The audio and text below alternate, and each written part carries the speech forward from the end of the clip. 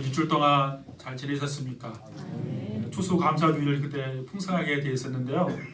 그 다 이게 정리를 했습니다. 정리를 하고 이제 이 앞에 것만 남았습니다. 여러분 옆 사람에게 한번 이렇게 인사할까요? 풍성한 주의를 맞이합시다. 풍성한 주의를 맞이합시다. 예, 풍성한 주의를 여러분 저번 주 보니까 풍성한 거 느껴지시잖아요. 제가 저번 주에 설교를 잘 못했어요. 왜 못했는가 하면 너무 풍성해가지고 설교를 잘 못했어요. 여러분 무슨 말씀인지 잘 모르시죠? 제가 굉장히 그 벌레에 대한 두려움이 있거든요. 그런데요, 여기 장식을 해놓은 곳에서 제가 이제 기도로 이걸 올라오니까 옆에 뭐 하얀 것이 좀 보이는 거예요. 20마리. 20마리. 제가 시골 출신이라 그 가끔 봤거든요.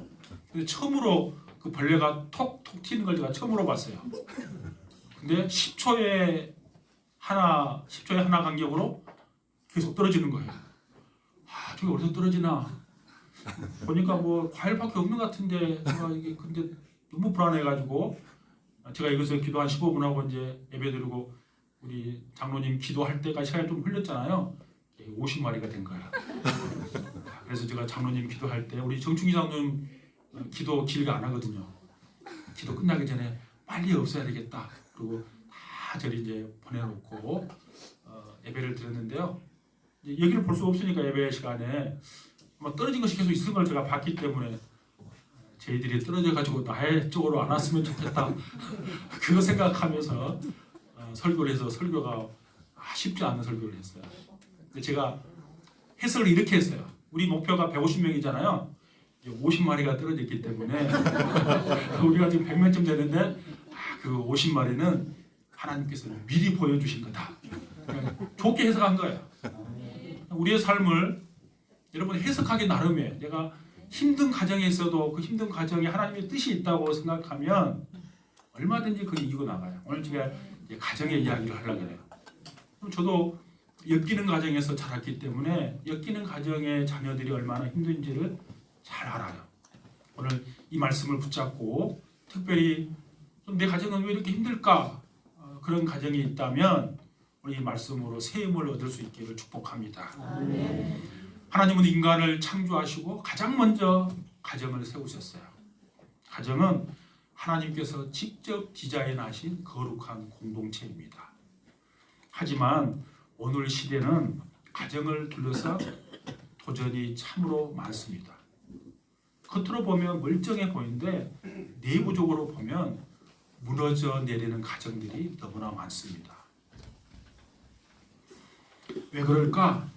하나님께서 세워놓으신 그 질서가 아닌 세상의 방식으로 가정을 세우려고 하기 때문이에요. 그래서 오늘 우리는 하나님께서 주시는 가정의 설교도가 무엇인지를 오늘 말씀을 통해서 확인해야 합니다. 오늘 4절밖에 되지 않는 짧은 본문이지만 부모와 자녀, 가정 전체의 어떤 방향으로 세워가야 하는지를 우리에게 명확하게 보여줍니다. 이 말씀을 통해서 말씀 위에 세워지는 복된 가정을 이루기 위해서 부모와 자녀는 하나님 앞에서 어떻게 서야 하는지를 살피고 우리 가정이 하나님의 뜻 가운데 다시 세워지고 회복되기를 소망합니다. 첫째로 말씀 위에 세워진 복된 가정은 올바른 순종이 있는 가정입니다. 그 말씀이 1절입니다. 1절을 보십시오. 자녀들아 주 안에서 너희 부모에게 순종하라. 이것이 옳으니라. 아멘. 자녀에게는 부모에게 순종하라는 명령이 주어졌습니다. 그런데 이 명령이 자녀에게 일평생 주어지는 명령이 아닙니다. 부모님이 이 땅에 떠날 때까지, 그러니까 하나님의 부르심을 받을 때까지 이 명령이 주어졌을까? 그렇지 않다는 거예요. 가정을 알려면 창세기를 가야 합니다. 가정의 원리를 가장 잘 나타내는 창세기에 보면 2장 24절에 남자가 그 부모를 떠나 그 아내와 합하여 한 몸을 이룰지로다 그랬어요. 그러니까 내가 새로운 가정을 꾸며서 그 가정에서 원래 원 가정에서 독립했다면 부모에 대한 순종은 사라지는 거예요. 혹시 결혼하지 않았다 할지라도 내가 미혼으로 있는 사람이 있을 수 있잖아요. 결혼하지 않았다 할지라도 성인이 돼서 부모님으로부터 독립했다면 부모에 대한 순종에서 자유로울 수 있다는 말이에요. 근데 이 말씀이 여러분 자유롭다고 해서 부모의 뜻을 무시해도 된다는 말이 아니에요. 독립한 자녀는 자신의 선택에 의해서 부모의 뜻을 따를 수도 있고 또 부모의 뜻과는 다른 선택을 내가 할 수 있어요. 그런데 그 선택에 대해서는 스스로 자신이 책임지는 거예요. 여러분 순종할 의무는 없지만 제가 성인들에게 부탁을 드립니다. 여러분 보십시오. 부모님이면 대부분 50이 넘었을 거예요. 20살, 30살 때 결혼 안 했어요. 순종할 의무는 없지만 어떠한 중요한 결정을 하는 데 있어서 부모님의 의견을 들으려고 노력하십시오. 그게 좋은 거예요. 왜냐하면 여러분 주위에 있는 친구들 의견 들어가지고 결정해가지고 좋은 결정을 낼 수 없어요. 특별히 부모가 믿는 부모라면 그 부모의 의견을 구하는 거예요. 부모가 나보다 공부 못할 수도 있고 많이 배울지 못할 수 있어요. 그래도 부모의 의견을 듣고 참조하는 것은 아주 지혜로운 자녀예요. 친구들 의견을 듣고 어떤 일을 결정하면 여러분 후회할 겁니다. 그리고 그 책임은 온전히 자신이 지는 거예요. 여러분 자녀가 부모에게 순종하는 이유 그것이 옳은 일이기 때문입니다. 그 자녀들은 그것이 옳은 일이기 때문에 이 옳다 이 단어가 의롭다와 똑같은 어원이에요. 우리가 구원받은 것이 의로운 사람이 구원받잖아요. 그 같은 어원을 갖기 때문에 이게 얼마나 큰 무게로 우리에게 주어진지 알겠죠. 그러니까 옳은 일이기 때문에 부모에게 순종하는 거예요. 부모의 권위는 하나님으로부터 위임받은 거예요. 그렇기 때문에 부모에게 순종하는 것은 하나님께 순종하는 것과 연결되는 거예요. 그런데 순종하라는 명령에는 예외 상황이 있습니다. 그것은 주 안에서라는 예외 상황입니다. 무슨 말인가 하면 부모가 나에게 어떠한 명을 내릴 때 주의 뜻에 반하는 명령을 내린다면 우리는 거부할 수 있다는 거예요. 예를 들면 이런 거죠. 우리 교회학교 친구들 가운데 부모님이 교회 안 나오시는데 나온 친구들이 있어요. 부모님이 너 교회 가지 마. 이건 주님의 뜻에 반하는 거야. 이 명령은 거부할 수 있는 거야. 주 안에서 순종하는 거야. 오늘 본문과 유사한 골로새서 말씀은 이렇게 명령하고 있습니다. 골로새서 3장 20절 자녀들아 모든 일에 부모에게 순종하라. 이는 주 안에서 기쁘게 하는 것이니라. 자녀들이 부모에게 순종하는 것, 그것을 주님을 기쁘시게 하는 일이 돼요. 예수님께서도 이 땅에 있을 때 육신의 부모에게 순종하셨죠.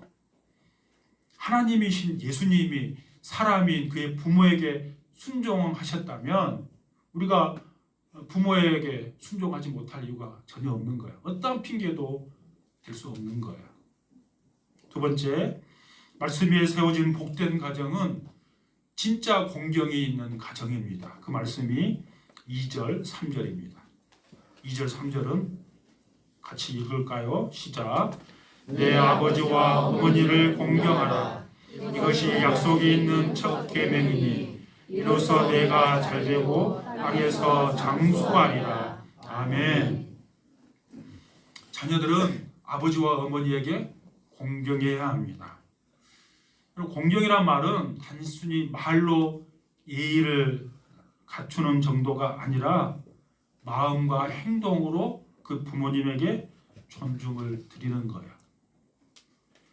쉽게 말하면 부모님을 귀하게 여기고 존중하는 것을 공경이라고 말합니다. 그래서 공경이란 말에는 어떠한 수식이 없어요. 제한이 없다는 말이에요. 내가 성년이 되어서 부모에게 순종할 의무는 사라졌다 할지라도 부모에게 공경할 의무는 끝까지 남아있는 거예요. 평생토록 나에게 주어진 의무예요.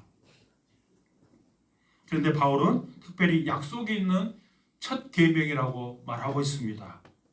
그럼 10계명 중에서 약속이 있는 유일한 계명이 바로 이 계명이죠. 하나님께서 주시는 복이 약속되어 있는 계명이에요. 3절에 보니까 이로써 내가 잘되고 땅에서 장수하리라. 부모에게 공경하는 자에게 하나님께서 주시는 두 가지 복이 있습니다. 첫째는 잘되는 복이에요. 잘된다는 말은 히브리적 의미는 이런 의미를 갖습니다. 형통함, 평안함, 보호하심, 삶의 승리를 뜻합니다. 장수한다는 말은 단순히 오래 산다는 말이 아니라 하나님의 돌보심 속에 안전하고 평안한 생애를 의미합니다. 그러니까 부모의 공경은 단순한 도덕이 아니라 하나님의 축복의 통로입니다.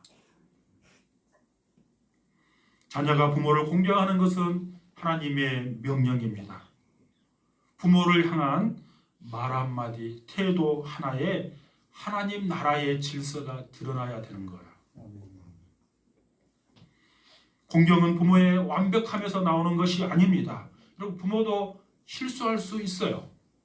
부모도 부족한 부분이 있어요. 하지만 공경은 부모의 완전함에 근거한 것이 아니라 하나님께서 세우신 그 권위를 존중하는 마음에서 나오는 거예요. 여러분, 링컨 대통령이 당선이 되고 제일 첫 번째 한 일은 그의 어머니 무덤을 찾아간 일이었어요. 무덤에서 이렇게 이야기했다고 합니다. 나는 기도하는 어머니의 아들입니다. 어머니의 존중을 이렇게 표현한 거예요. 어머니 기도 때문에 내가 지금 이 대통령 당선됐다는 거예요. 내가 지금 여기 있다는 거예요. 그의 지도력과 성품의 기초는 부모를 향한 그 존경심과 신앙의 유산에서 흘러나왔습니다. 그런데 이 명령을 지키려고 할 때 제한되는 것이 있어요. 그럼 뭐가 제한될까요? 그것은 바로 시간입니다. 우리 부모는 영원히 우리를 기다려주지 않아요. 시간이라는 제한이 있어요. 그러므로 자녀들은 내가 할 수 있는 다양한 방법으로 내 부모님을 공경해야 합니다. 말투와 태도는 공경을 드러내는 첫 번째 신앙의 모습이에요. 그럼 부모님을 대할 때 어떻게 대하는가요? 가장 가까워 있고 소위 말해서 이불이 없으니까 우리가 함부로 할 때가 있어요. 내 태도, 내 말투, 그것을 내 최대한 존중을 담아서 부모님을 공경해야 됩니다. 부모님의 연약함 속에서도 존중의 표현을 여러분 멈추지 마십시오. 말씀 위에 세워진 가정은 공정의 문화가 흐르는 가정입니다. 공경은 우리의 인생을 세우는 축복의 통로가 된다는 사실을 여러분 잊지 않기를 원합니다. 아멘. 말씀 위에 세워진 복된 가정, 세 번째는 주님의 방식으로 자녀를 양육하는 가정입니다. 4절을 보십시오. 4절 같이 읽습니다. 시작. 또 아비들아 너희 자녀를 노엽게 하지 말고 오직 주의 교훈과 훈계로 양육하라. 아멘. 주님의 방식으로 자녀를 양육하는 방법 첫 번째, 자녀를 노엽게 하지 않게 하는 거예요. 여러분, 이 명령은 우리가 받아들이는데 전혀 무리가 없어요. 여러분, 우리가 자녀들 얼마나 귀하게 키웁니까? 자녀 화나지 않도록 얼마나 조심히 키웁니까? 그러니까 우리는 이 말씀이 크게 우리에게 부담으로 느껴지지 않아요. 저번 주도 말씀드린 것처럼 이 말씀을 처음 받았던 1세기 에베소 교인들은 이 말씀이 충격인 거예요. 왜냐하면 부모들은 자녀를 노엽게 하는 것이 일상이었기 때문에 그래요. 여러분, 아버지는 무한한 권한을 당시에 가지고 있었어요. 그것을 로마법에서 보호를 해줬어요. 그러니까 자녀가 태어나면 자녀를 아버지가 죽일 수도 있고 살릴 수도 있어요. 노예로 팔아버릴 수도 있어요. 쫓아버릴 수도 있어요. 죽여도 전혀 법적으로 문제가 되지 않는 시대예요. 그때 주어진 말씀이에요. 그 사람들은 굉장히 이 말씀이 아마 무겁게 더욱더 부담으로 느껴졌을 것 같아요. 이 명령은 자녀가 화가 나면 안 되기 때문에 언제든지 자녀의 비율을 맞춰라는 말이 아닙니다. 여러분, 부모가 자녀를 화나게 하지 않게 하는 건 사실 거의 불가능해요. 만약 그렇게 할 수 있다 하더라도 그렇게 하는 것은 옳지 않는 일입니다. 예를 들어보겠습니다. 집안에 위험한 물건이 있어요. 근데 그 자녀가 자꾸 달라고 해요. 안 주면 막 얘가 떼쓰고 한다고 줄 수 있나요? 주지 못하는 거죠. 제 아이들이 가끔 저한테 다 커가지고 가족여행 갔는데 그 이야기를 한번 했어요. 근데 식당에 갔는데 아이가 막 뛰어가는 거예요. 막 뭔지 막 일으키면서. 제가 아이들 키울 때 식당에서 절대 못 뛰게 했거든요. 엄청 혼냈거든요. 여러분, 자녀가 식당에서 뛰는 거 그냥 그대로 방치하는 거, 그 노엽게 하지 않는다고 방치하는 것이 옳은 것입니까? 그건 제재하는 것이 맞는 거죠. 제가 애들이 그러더라고. 우리는 아빠 엄마한테 너무 혼났는데 저렇게 키운다고. 저기는 그때 한 거 제가 소리 들었어요. 그거 옳은 일은 아닙니다.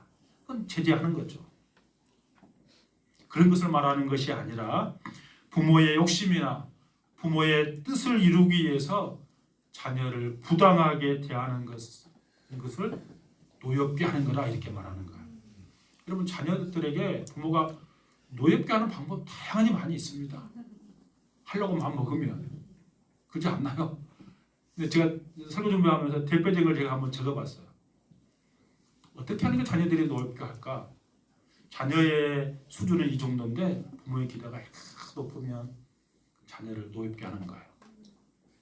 다른 친구와 비교하는 거 노엽게 하는 거예요. 언어 폭력을 쓰는 거 노엽게 하는 거예요. 그럼 이것까지는 생각하지 못한, 제가 이걸 쓰다가 이 생각해 봤어요. 제가 부족하니까. 특별히 우리 자녀들은 아빠가 목사인데 여러분이 느끼는 목사의 체감하고 자녀들이 느끼는 목사의 체감은 또 달라요. 내 행동의 불일치가 자녀를 노엽게 해요. 저는 집에 가면 이 양복을 다 벗고 옷을 벗고 있기 때문에, 내 가운을 다 벗고 오픈되어 있기 때문에 아마 자녀들은 어쩌면 노엽게 하는지도 모르겠어요. 여전히 저도 부족한 사람이기 때문에 그렇죠.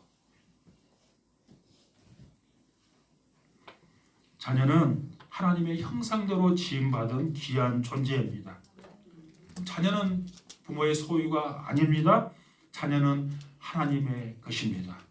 그래서 부모는 청지기로서 나에게 잠깐 맡겨준 거예요. 하나님께서. 그래서 자녀를 귀하게 여겨야 합니다. 또 부모가 자녀를 양육하는 두 번째 방법, 첫 번째는 노엽게 하지 말라 그랬잖아요. 그것은 부정적인 의미가 강하다면 적극적이고 긍정적인 의미에서 주의 교훈과 훈계로 양육하는 거예요. 주의 교훈과 훈계로 양육한다는 말은 말씀을 가르치고 말씀으로 교훈하고 말씀을 따라 훈계하는 거예요. 말씀으로 자녀들을 양육하는 거예요. 여러분, 기본적으로 아이들은 잘못된 길로 갑니다. 죄를 짓는 일에 타고났습니다. 여러분, 성경을 보십시오. 우리를 뭐라고 그래요? 우리는 다 그릇 행하여 제갈 길로 갔다 그랬어요. 우리가 그렇게 간 것처럼 자녀들도 가르치지 않아도 본성적으로 원죄 때문에 잘못된 길로 가요. 그릇된 길로 가요.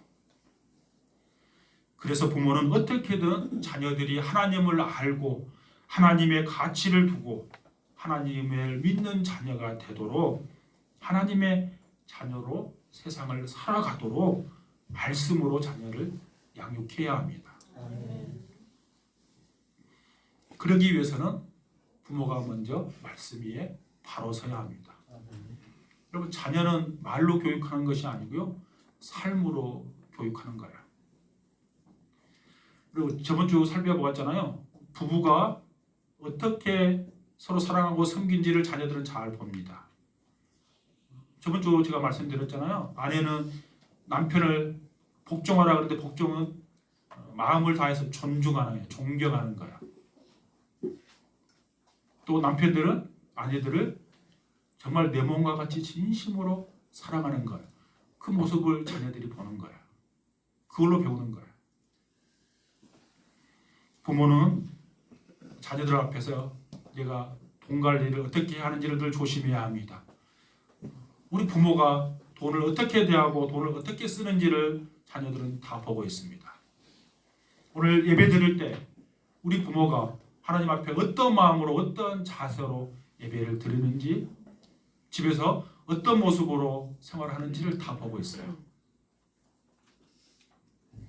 그리고 나보다 연약한 사람을 대할 때 우리 부모가 어떻게 대하는지를 자녀들은 다 보고 있어요. 그걸 자녀들을 가르치는 우리 교사인가요? 말로 가르치는 것이 아니고 우리의 신앙의 삶으로 자녀를 가르쳐야 될 줄로 믿습니다. 여기까지가 세 번째까지 말씀을 마쳤어요. 시간을 보니까 17분이 지났어요. 여기서 다 끝나면 너무 좋겠죠, 여러분. 근데 오늘은 결론을 좀 제가 길게 내리려고 해요.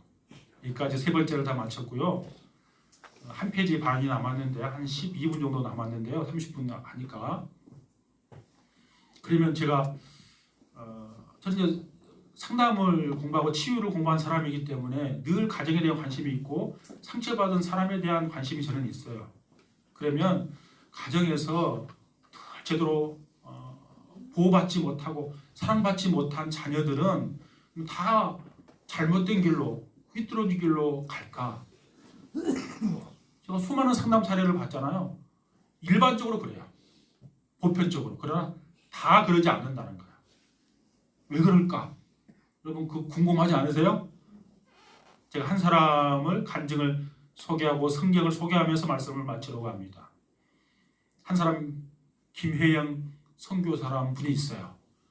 저하고 나이가 학교는 같이 다닌 것 같아요. 제가 빠른 66년이거든요. 제가 7살에 갔으니까 그분은 65년생이에요. 근데 아버지가 알코올 중독자였어요. 저도 아버지가 알코올 중독자였거든요. 아버지는 간암으로 돌아가셨어요. 술 너무 많이 드셔가지고. 알코올 중독이면 모든 엽기등 요소가 가정에 다 녹아 있어요. 제가 언젠가 한번 말씀드렸잖아요. 그 김혜영 선교사도 알코올릭 가정 출신이에요. 아버지가 술 먹고 들어와서 자고 있는 그 아이, 몇 살 되지 않는 아이를 발로 차버렸어요. 툭 떨어져가지고 허리가 부러졌어요. 그러니까 척추 장애를 입었어요. 그래서 성인이 됐는데요, 키가 140cm가 안 넘어요. 우리 보통 170, 아무리 여자 적어도 153 이렇게 되잖아요. 140이 안 돼요. 어렸을 때 척추를 다쳤기 때문에. 근데 더 기가 막힌 것은 아버지가 술이 깼잖아요. 그러니까 자기가 어떤 일을 했는지 알았겠잖아. 평생 허리를 굽어가지고 저를 달아가는 날마다 그 아이를 보니까 너무 괴로운 거야. 아버지가 스스로 목숨을 끊었어요. 아이에게 얼마나 큰 상처가 됐을까요? 그러니까 자기의 이 상처보다 아버지가 돌아가신 것에 대한 상처가 좀 더 컸을 거라고 생각해요. 마음의 상처가. 근데 그것보다 더 큰 상처는, 그분이 65년 저 같은 세대니까 우리 엄마 아버지 생각해 봤어요. 그 시대는 다 어렵게 살았잖아요. 그러니까 엄마도 배우지도 못하고 했을 것 같아요. 뭐라고 말했는가 하면 그 아이에게 너 때문에 아버지가 죽었다고 이야기했어요. 얼마나 큰 마음의 상처가 됐을까요? 어린 마음에. 근데 이 아이가 자라면서 정상적으로 자라는 것이 이상할 정도로 너무 힘들게 자라지 않았나요? 근데 이 선교사는 반듯하게 자랐어요. 왜 그런가 하면, 제가 이것은 제가 4년 전에 기독교 방송 새롭게 하소서 뭐 주영훈 프로에 나온 내용이에요. 제가 그래서 보고 지금 생각나서 적은 거예요. 이 김혜영 선교사가 하나님을 만났어요. 하나님을 만나 예수를 믿고 하나님을 만나고 난 다음에 하나님의 음성을 그는 너무 또렷하게 들었어요. 가슴에 박히도록 이렇게 들었어요. 너는 내 것이라 내가 너를 사랑한단다. 여러분 제가 언젠가 간증했잖아요. 제가 20대 후반 때 들었던 똑같은 말을 똑같이 들었어요. 하나님도 제가 가장 힘든 순간에 찾아오셔서 너는 내 것이다. 내가 너를 끝까지 사랑하겠다. 그 음성을 이분도 똑같이 들은 거야. 여러분 그 한마디면 모든 상처가 다 치유할 수 있어요. 아버지에 대한 원망, 부모에 대한, 엄마에 대한 아픔 하나씩 하나씩 다 치유됐어요. 그리고 그는 기도하고 이렇게 결단했어요. 나는 부모의 잘못 때문에 무너진 사람이 아니라 하나님의 은혜로 다시 세워진 사람이다. 상처를 치유받고 그는 신학을 공부하고 아프리카 선교소를 갔어요. 그리고 대학 교수가 됐어요. 미국의 뉴욕에 살고 있어요. 뉴욕에 살다가 인터뷰하러 촬영하러 국내 작가 들어와서 그 방송 촬영한 거야. 주영훈 씨가 물어보더라고. 뉴욕에 살다가 우리 한국에 들어오니까 불편한 게 없습니까? 오랫동안 한국 떨어져 있어고 아프리카에 있다가 미국에 살다가 오랜만에 들어오니까 불편한 게 딱 한 가지 있습니다. 한국이 이렇게 발전해서 생활하는 데는 불편함이 없는데 사람들의 시선이 불편합니다.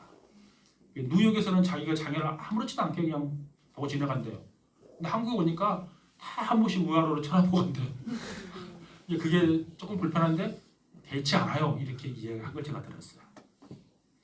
여러분 아무리 상처가 가정에 있다 할지라도 사랑이신 하나님을 만나게 되면 그 상처는 얼마든지 치유할 수 있어요. 아멘. 여러분 사랑은 상처를 치유하는 능력이 있기 때문에 그래요.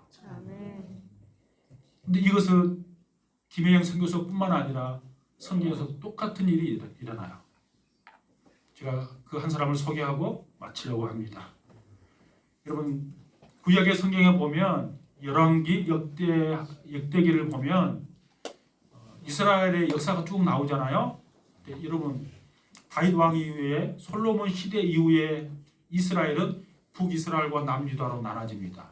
근데 북이스라엘은 모두가 다 악한 왕이 나옵니다. 성경을 자세히 보세요. 남유다에는 그래도 다윗의 후손들이 태어났기 때문에 그래도 좋은 왕들이 나와요. 나중에 바벨론에 멸망하기까지 19명의 남유다에서 왕이 나와요. 근데 거기서 좋은 왕은 딱 8명이 나와요. 8명.